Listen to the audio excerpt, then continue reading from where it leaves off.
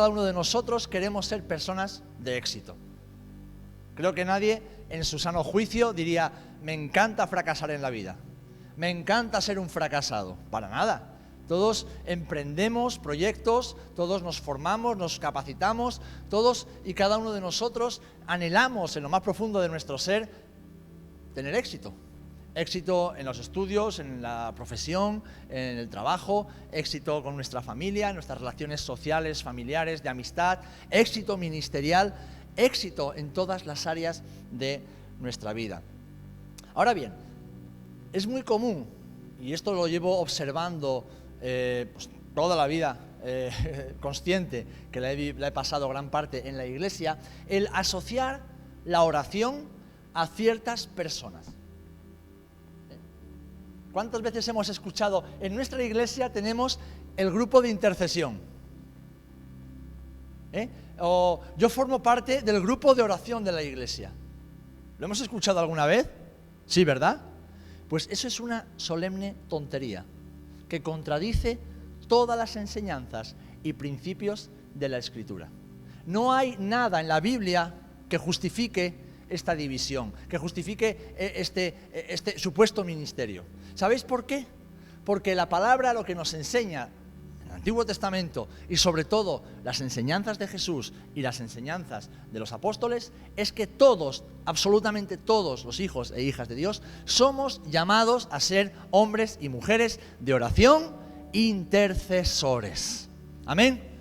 Leemos en la palabra que Dios nos ha dado el ministerio ¿de qué? De la reconciliación. Es decir, Dios por medio de la predicación del Evangelio y a través de tu vida y de mi vida nos ha llamado y nos capacita para reconciliar al mundo con Cristo por medio del Evangelio. Ahora bien, parte de ese ministerio de la reconciliación es la intercesión, porque tenemos a nuestros hermanos que van semanalmente a Trebujena y tenemos nuestro propio ministerio local aquí en Rota. Y lo que debemos hacer antes de abrir la boca y predicar el Evangelio a las personas es abrir la boca y orar por esas personas, interceder por esas personas a las cuales nos vamos a encontrar. Amén. O sea que la intercesión, la oración, no es exclusiva de un grupo de personas. La oración es la forma que Dios nos ha dado de comunicarnos con Él y de escucharle. Amén. Así que si queremos tener éxito, si deseamos vivir vidas exitosas, debemos ser discípulos y discípulas de Jesús de oración. Debemos ser hombres y mujeres de oración, desde nuestra más tierna juventud hasta los últimos años o días de nuestra vida. Porque cada día necesitamos escuchar a Dios. Cada día necesitamos levantar nuestra voz, necesitamos decirle cómo nos sentimos y también lo que necesitamos. El Señor nos ha creado seres relacionales. ¿Cuántas veces le preguntamos a alguien, ¿qué tal está, hermano? ¿Qué tal, amigo? ¡Uy, no veas! Y empieza a soltar un montón de una retahíla de cosas, de necesidades, de problemas, de luchas, de cargas. Y a veces pues nos pilla en un buen momento y decimos, hermano, vamos a orar porque Dios va a traer solución. Otra vez nos pilla en un mal momento y decimos, madre mía, ¿para qué le había preguntado nada? A todos nos pasa, ¿verdad? ¿O me pasa solo a mí?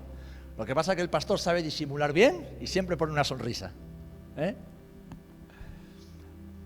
¿Por qué? Porque somos relacionales. Necesitamos comunicar. Necesitamos decir lo que sentimos, lo que necesitamos. Necesitamos expresar. Y Dios nos ha creado así y está bien. Ahora, como estábamos viendo el domingo pasado en la figura del profeta Elías, debemos aprender a orar. Para orar en la voluntad de Dios. Ahora, como decía, debemos ser hombres y mujeres de éxito por medio de la oración, el medio que el Señor nos ha dado y además el medio que Jesús con su ejemplo nos ha dejado. Pablo decía, sed imitadores de mí, así como yo lo soy de Cristo. Y lo que vemos en Jesús es que Él oraba todo el tiempo. Oraba antes de tomar una decisión, oraba después de que servía a Dios, oraba durante su ministración, oraba. Jesús hablaba con su Padre. Jesús se comunicaba con el Padre todo el tiempo de su estancia aquí en la tierra. Así que lo que Jesús nos ha dado es la oración para que el poder de su Espíritu se manifieste en tu vida y en mi vida. Y es por eso, queridos hermanos, que Satanás, el enemigo de nuestro éxito, si en algo nos ataca, es precisamente con la oración. Si en algo tenemos que luchar toda nuestra vida como creyentes, es con la oración. Porque no tenemos ganas, porque nunca encontramos tiempo, porque nos desanimamos, porque no sabemos qué orar, porque 1000 pensamientos. ¿Cuántas veces estamos orando y tenemos que detenernos de pensar en la lista de la compra, en no sé lo que, o sea, en 1000 cosas que nos vienen a la mente cuando estamos orando, ¿verdad? Incluso a veces pensamientos pecaminosos vienen a nuestra mente cuando estamos orando. ¿Por qué? Porque Satanás tiembla ante un hombre y una mujer que está en comunión íntima con el Señor. ¿Cómo temblaba cuando veía a Jesús orando? Por eso los discípulos, viendo a Jesús hacer milagros, resucitar muertos, multiplicar la comida, caminar sobre las aguas, predicar a multitudes, no le pidieron nada de eso. ¿Qué fue lo que le pidieron a Jesús? Señor, enséñanos a orar. ¿Qué verían estos hombres en esos tiempos de oración de Jesús con su Padre? Que dijeron, queremos eso, necesitamos eso. Y hemos visto y vemos y comprobamos en la Escritura que Jesús tuvo éxito en la voluntad de Dios. ¿Por qué? Porque Jesús, aunque era Dios, no se aferró a su divinidad, sino que dependió del Padre para todo. Y el medio que Jesús utilizó fue precisamente la oración. El comunicarse íntimamente con su Padre todo el tiempo, todos los días de su vida. Fijaros, 1 de Tesalonicenses, capítulo 5, versículo 17, dice así, y es uno de los versículos más cortos que encontramos en la Biblia, pero es un versículo que no deja lugar a dudas. 1 de Corintios 5, 17. Orad sin cesar. Orad sin cesar. No dice sin César. Sin cesar.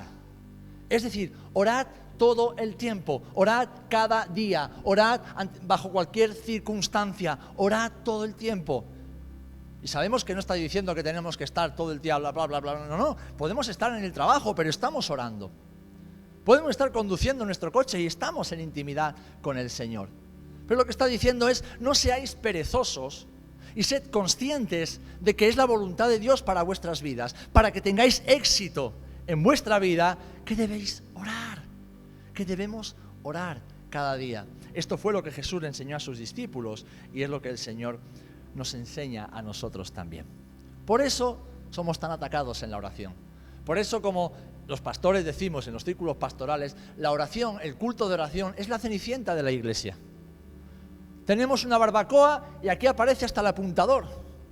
Tenemos un festival de no sé qué y aquí aparece gente que hace años que no viene por la iglesia. Hacemos algo bonito, entretenido y aquí viene gente. Ahora, vamos a orar. Y yo doy gracias a Dios por esta iglesia, porque es una iglesia de hombres y mujeres de oración. Y estamos por encima de la media de las iglesias en cuanto al número de personas que acuden a la oración. Pero aún así, ¿no echamos de menos a muchos hermanos y hermanas el día de la oración? ¿Por qué? ¿Porque son menos creyentes que nosotros? No. Porque tal vez no han entendido que el principal caballo de batalla para alcanzar el éxito en Dios es la oración. Y necesitamos orar también por los hermanos y hermanas que no han comprendido eso. Porque Dios tiene mucho más para ellos. Y necesitan salir, romper todo aquello que les impide ver la gran batalla espiritual que todos libramos y que vencemos por medio de la oración. Amén. Ahora bien, tenemos el ejemplo de Jesús, que todos lo conocemos, pero hoy me gustaría nombrar rápidamente algunos ejemplos de hombres que encontramos en la Biblia, que fueron hombres de oración y que debido a ese estilo de vida de oración tuvieron éxito. Tuvieron éxito en cumplir la voluntad de Dios para sus vidas, porque todos queremos cumplir la voluntad de Dios. Amén. Todos deseamos eso.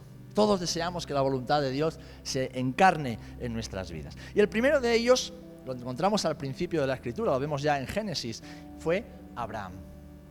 Abraham lo conocemos como el padre de la fe, ¿verdad? El padre de la fe judía, pero también el padre de la fe cristiana, porque el cristianismo procede del judaísmo. Abraham tenía una relación tan estrecha, tan estrecha con el Señor, que sabía cómo dirigirse a Él en cada momento. ¿Conocéis la historia de Sodoma y Gomorra? ¿Os acordáis, verdad? Esas dos ciudades impías que fueron destruidas por el Señor. Pero Abraham fue un hombre de intercesión. Abraham fue un hombre que sabía cómo dirigirse a Dios, sabía cómo tratar con Él de la forma correcta. Y aunque a veces leemos la historia de Sodoma y de Gomorra y podemos pensar, jolín, Abraham qué pesado era, qué irrespetuoso era, porque decía, Señor, otra vez, Señor, otra vez, Señor, otra vez. ¿Sabe? Una persona que a mí no me conoce me pide una cosa, si le digo que no, seguramente ya no me lo pedirá más. Pero alguien que me conoce, que tiene confianza conmigo, como puede ser mi hijo, que está todo el día pidiendo, David? ¿Por qué lo hace? Mi hijo sabe que yo no soy rico. Y mi hijo sabe que a veces mi paciencia tiene un límite. Pero no le importa. Él pide, y pide, y pide. ¿Y por qué lo hace? Porque me conoce, porque soy su padre. Él sabe que al final le voy a dar lo que él necesita, lo mejor para él. Pero pide. Hay confianza. Y esa confianza produce insistencia. Y esa insistencia, en muchas ocasiones, ¿verdad, David? Da buenos frutos, ¿eh? Da buenos frutos. Entonces, Abraham fue un hombre de éxito en la intercesión. ¿Por qué? Porque sabía cómo tratar con el Señor. Sabía cómo dirigirse a Él. Sabía que podía confiar en Él y en su misericordia. Acompañadme, por favor, a Génesis capítulo 18, versículos del 23 al 32. Ahí lo encontramos.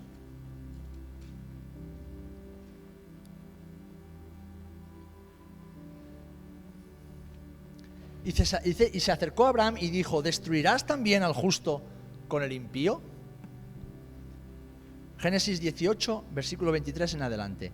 Quizás haya 50 justos dentro de la ciudad. ¿Destruirás también y no perdonarás al lugar por amor de los 50 justos que estén dentro de él? Lejos de ti el hacer tal, que hagas morir al justo con el impío, y que sea el justo tratado como el impío. Nunca tal hagas. El juez de toda la tierra no ha de hacer lo que es justo. Vale, y sigue leyendo. Y entonces Dios le contesta, bueno, si hallare, y le pone un número menor. Y Abraham dice, vale, Señor, pero ¿y si hubiese aún menos de lo que tú me dices? Y Abraham apela a la justicia de Dios. Y una vez más, el Señor le dice, vale, si hubiese tantos, y Abraham dice, bueno, pero si hubiere... O sea, y vemos aquí como una especie de negociación. Abraham no estaba negociando con Dios porque Abraham sabía que con Dios no se negocia. Lo que Dios dice, Dios lo cumple. Pero Abraham estaba hablando con alguien cercano, alguien conocido, y estaba apelando a la misericordia de ese Dios. Estaba apelando a la justicia de Dios. Y claro que Dios era justo, y sabía que era justo, y lo que iba a hacer era justo. Pero Abraham era un hombre que tuvo éxito en la intercesión porque conocía a Dios de cerca. Y ese conocimiento lo llevó a pedir, a interceder, a clamar, a ponerse en la brecha en favor de unos pocos, aunque fueran unos pocos, para que no perecieran junto a los impíos. Esto le llevó a que fuera llamado, como vemos en Santiago 2:23, el amigo de Dios. Abraham fue llamado el amigo de Dios. Un hombre que fue justificado por la fe, aún antes de la venida de Jesús. Fue justificado por la fe y además un hombre que confió plenamente en la promesa de Dios. Amén. Así que tenemos ejemplo en Abraham, un hombre que vivió hace más de casi 4.000 años. Estamos hablando hace 4.000 años. Es una locura. Estaban empezando a crearse las grandes civilizaciones. Todavía la escritura estaba en sus inicios. La sociedad no tenía nada que ver con lo que podemos comprender hoy día. Y en cambio este hombre, sin tener el Espíritu Santo como tú y yo tenemos hoy día por medio de Jesús, este hombre fue un hombre exitoso en la intercesión y alcanzó las promesas de Dios. Amén. En segundo lugar tenemos a otro hombre de Dios, Moisés. Él tuvo éxito en muchísimas áreas. Es más, Moisés está considerado como el mayor profeta de la Escritura hasta la llegada de Juan el Bautista. Ahora, hay algo en lo que Moisés tuvo éxito y fue en la oración de provisión. Tuvo éxito en muchas áreas, pero de forma especial en la oración de provisión. Y alguien dirá, Bueno, todos hemos orado por provisión y Dios nos ha respondido. Ahora, ¿cómo actuaríamos tú y yo ante la necesidad de dar de comer o dar de beber a casi 2 millones de personas con sus animales? Porque a veces leemos la historia del Éxodo y estamos descontextualizados. Pensamos que era Josué y 4 amigos más. No, Moisés. Pero es que era Moisés, Aarón y María con sus familias, y eran millones de personas con hambre y con sed, que estaban esperando a la mínima para criticar a Moisés y para anhelar lo que tenían en Egipto. Así que Moisés fue un hombre que tuvo éxito en la oración por provisión. En Éxodo 15:25 nos habla un acontecimiento, no vamos a ver más por falta de tiempo, pero nos habla de las aguas amargas. El pueblo estaba en medio del desierto, el pueblo necesitaba agua, y cuando se acercan a un manantial de agua se dan cuenta de que era agua salada, agua con azufre, y eso el pueblo no lo podía beber. Y aquí en Éxodo 15, capítulo 25, vemos que Moisés intercede. Moisés intercede para que el Señor haga un milagro.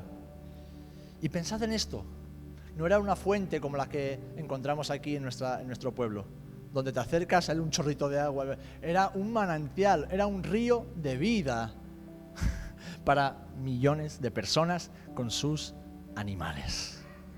Qué maravilloso milagro. Amén.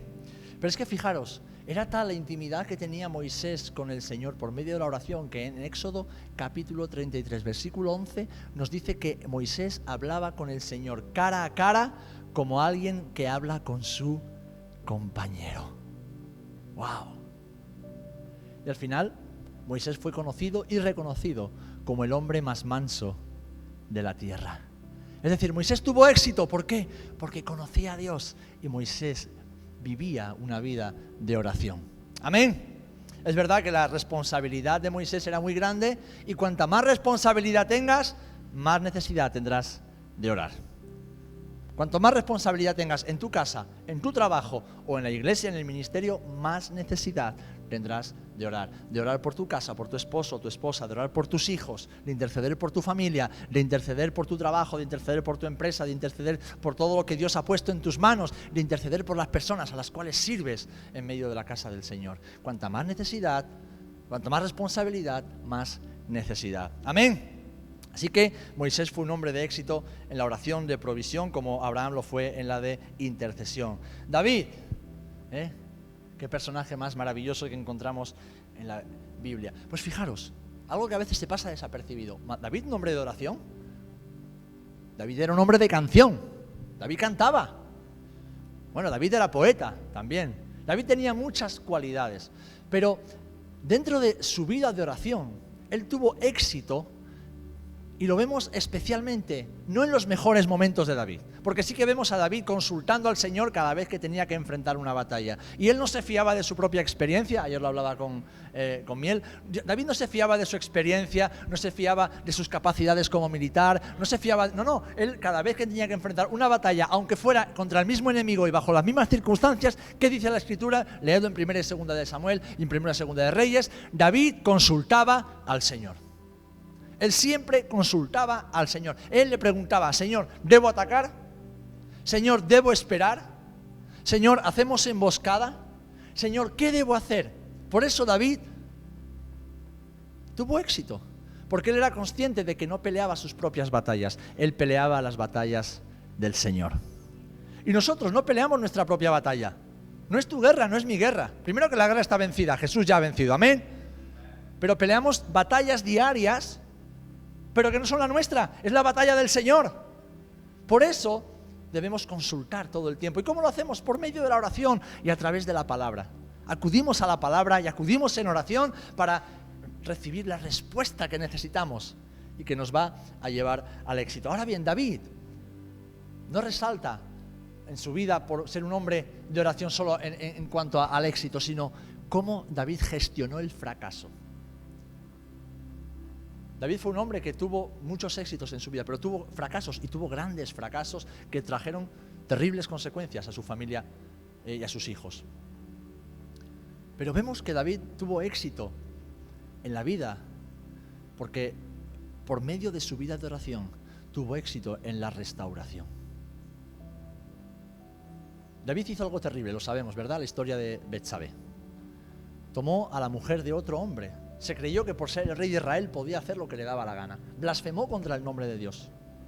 Hizo matar a Urías Eteo para quedarse con su mujer después de que ya la había violado o la había forzado. O sea que no solamente se acostó, cometió adulterio, aprovechándose de su poder, o sea, cometió abuso de poder, sino que además cometió homicidio de la forma más cobarde, llevándolo a la guerra, al frente de batalla donde sabía que lo iban a matar. Lo más mezquino que podía hacer un ser humano, David lo hizo. Y lo quiso tapar. Hasta que vino el profeta Natán, y por medio de una historia, os acordé de la historia de la corderita, le hizo entender que ese hombre que había cometido tal atrocidad era él. ¿Y qué hizo David? Lo leemos en el Salmo 51. Ten piedad de mí, oh Dios. David conocía tan profundamente a Dios por medio de la oración que permitió al Señor restaurarlo. David fue restaurado. Y eso fue posible porque él conocía a Dios a través de una vida de oración. David conocía la palabra de Dios y sabía que si él buscaba a Dios de corazón, Dios lo iba a perdonar. Así que David tuvo éxito en la restauración de su propia vida. Y lo vemos también cómo eso le permitió ser un hombre de misericordia también para con sus enemigos. Y fue un hombre que restauró incluso a los hijos de Saúl. ¿Se acordáis de la historia de Mefiboset? Según la ley y la costumbre de aquel tiempo, ese hombre tenía que haber muerto, porque era la ley del talión, ojo por ojo, diente por diente, y lo pagas tú y tus siguientes generaciones. Pero David era un hombre que había comprendido la misericordia y la restauración de Dios, y no pagó a ese niño, o a ese joven, o a ese hombre, conforme a lo que merecía por ser de la familia de Saúl, sino que dio lo que Dios le había dado, misericordia y restauración. Amén. Fijaros hasta qué punto la vida de David era una vida de intimidad con Dios, que en Hechos capítulo 13, versículo 22, leemos que David tenía un corazón conforme al corazón de Dios. Dios no lo escogió, como Dios no te escogió a ti porque fueras perfecto. Ninguno somos perfectos. ¿Sabes lo que decía Charles Spurgeon, el gran evangelista de hace un par de siglos? Decía, menos mal que Dios me llamó antes de nacer, porque si me llama después de nacer, no me llama. O sea, menos mal que Dios me escogió en su misericordia antes de nacer, porque si me llama después y me conoce, ya no me llama.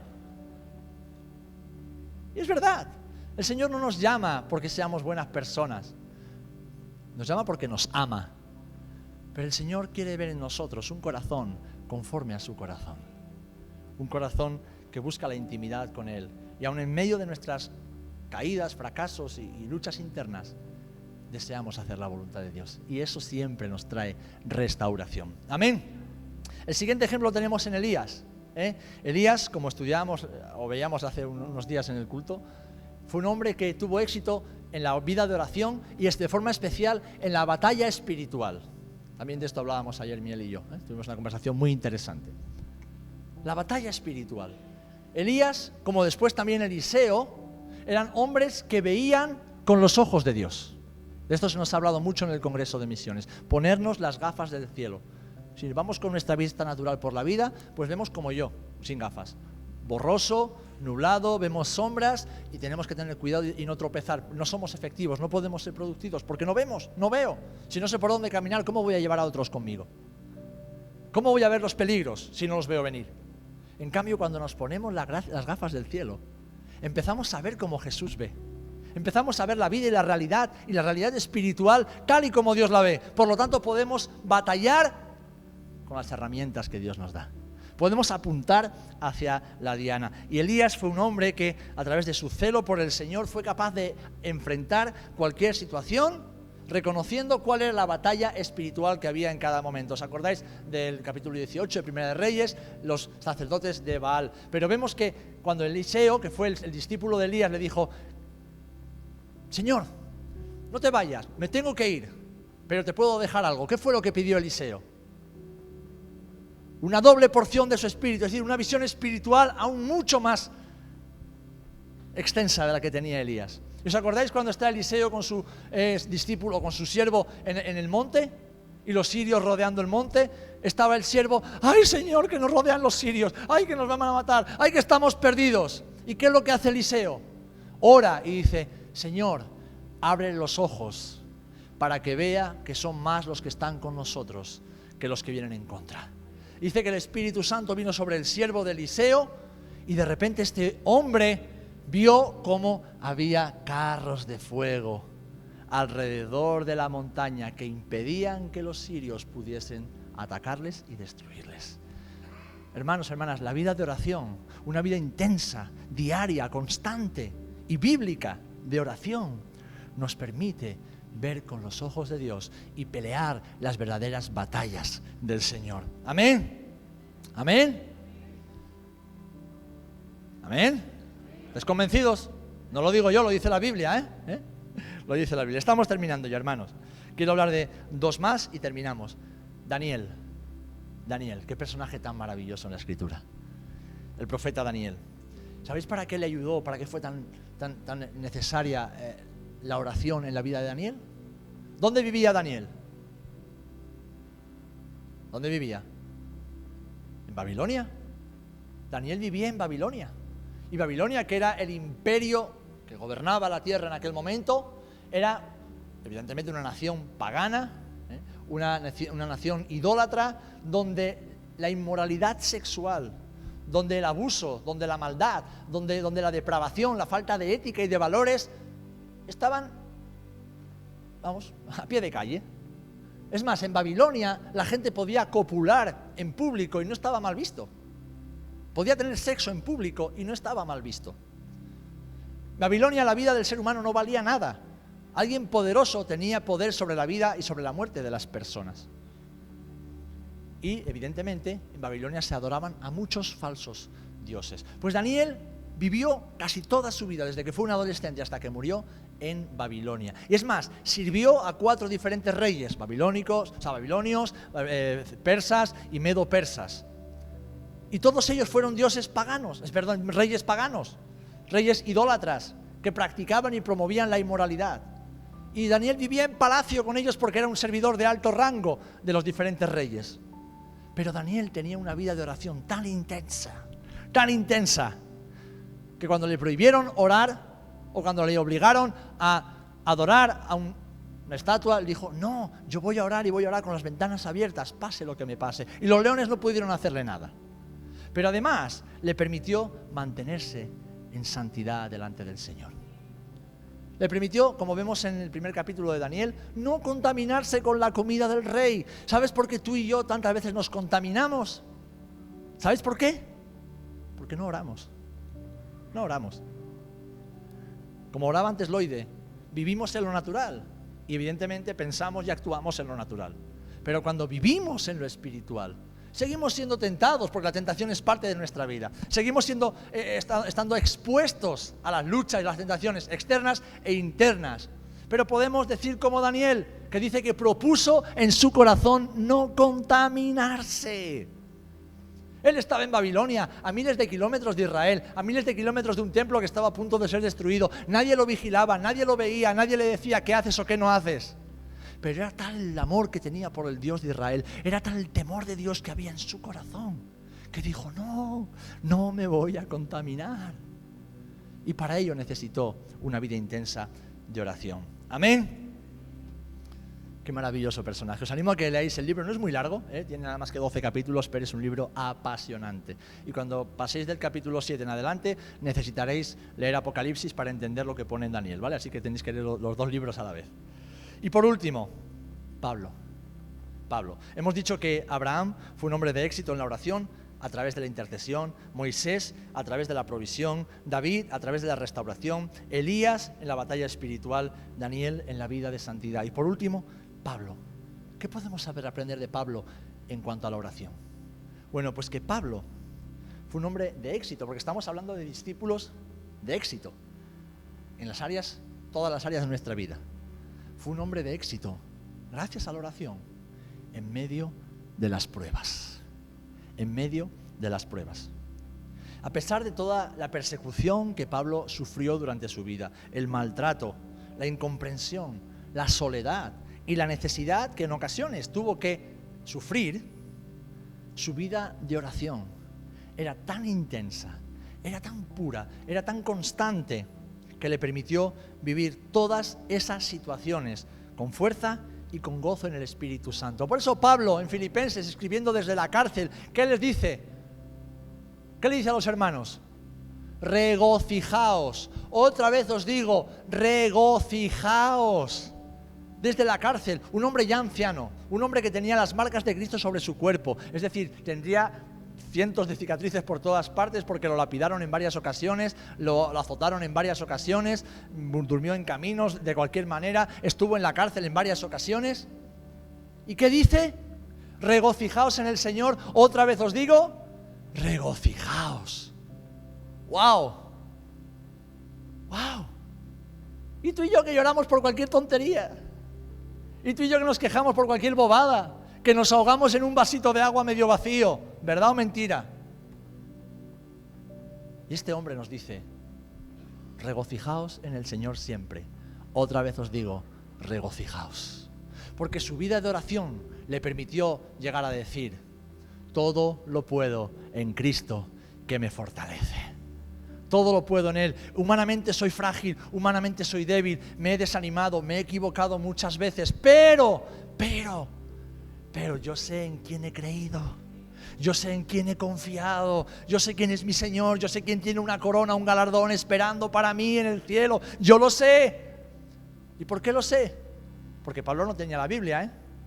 Él tenía las promesas del Antiguo Testamento. Él estaba escribiendo parte de la Biblia sin saberlo. ¿Por qué? Porque conocía a su Dios. Conocía a su Señor.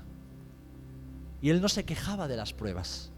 Él no estaba ahí lloriqueando por las esquinas, Señor, ¿por qué me pasa esto? ¿Por qué no me pasa lo otro? Ay, ¿por qué todo me va mal? Ay, ¿por qué me falta? No estaba así como muchas veces vivimos nosotros, quejándonos por lo que no tenemos, cuando es mucho más lo que tenemos que lo que nos falta.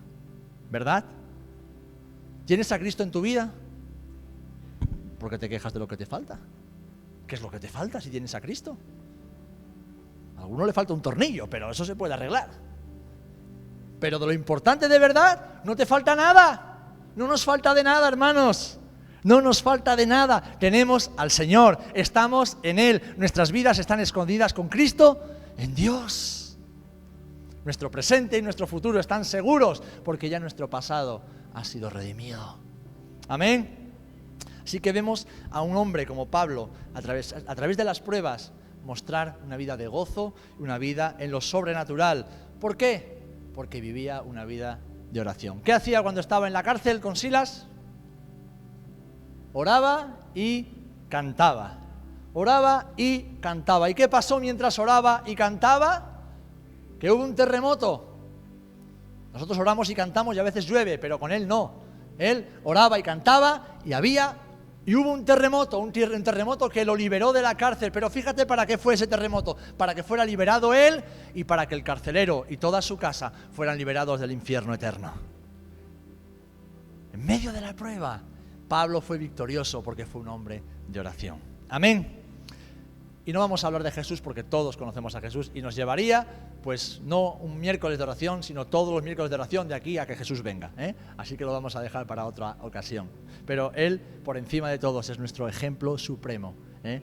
Y al que debemos seguir siempre. Hermanos, todos hemos sido llamados a vivir vidas de éxito en el Señor. Y Dios ha puesto un gran potencial en tu vida y en mi vida para que alcancemos ese éxito en Él, haciendo su voluntad. Ahora, debemos estar dispuestos a pagar el precio de la cruz, a pagar el precio de seguir a Jesús, a seguir las pisadas del Maestro, viviendo vidas de oración, vidas en intimidad con Él, vidas que van más allá de lo natural, que van más allá de lo terrenal, que van más allá de lo que me apetece, no me apetece, me gusta, no me gusta. No, vidas que son capaces de entrar en el lugar de la intimidad con Dios cada día, sabiendo que eso a Dios le agrada, sabiendo que eso cambia y transforma nuestras vidas. Y que no necesitamos que Dios nos dé todo lo que le pedimos. Necesitamos estar con Él. Y eso es más que suficiente.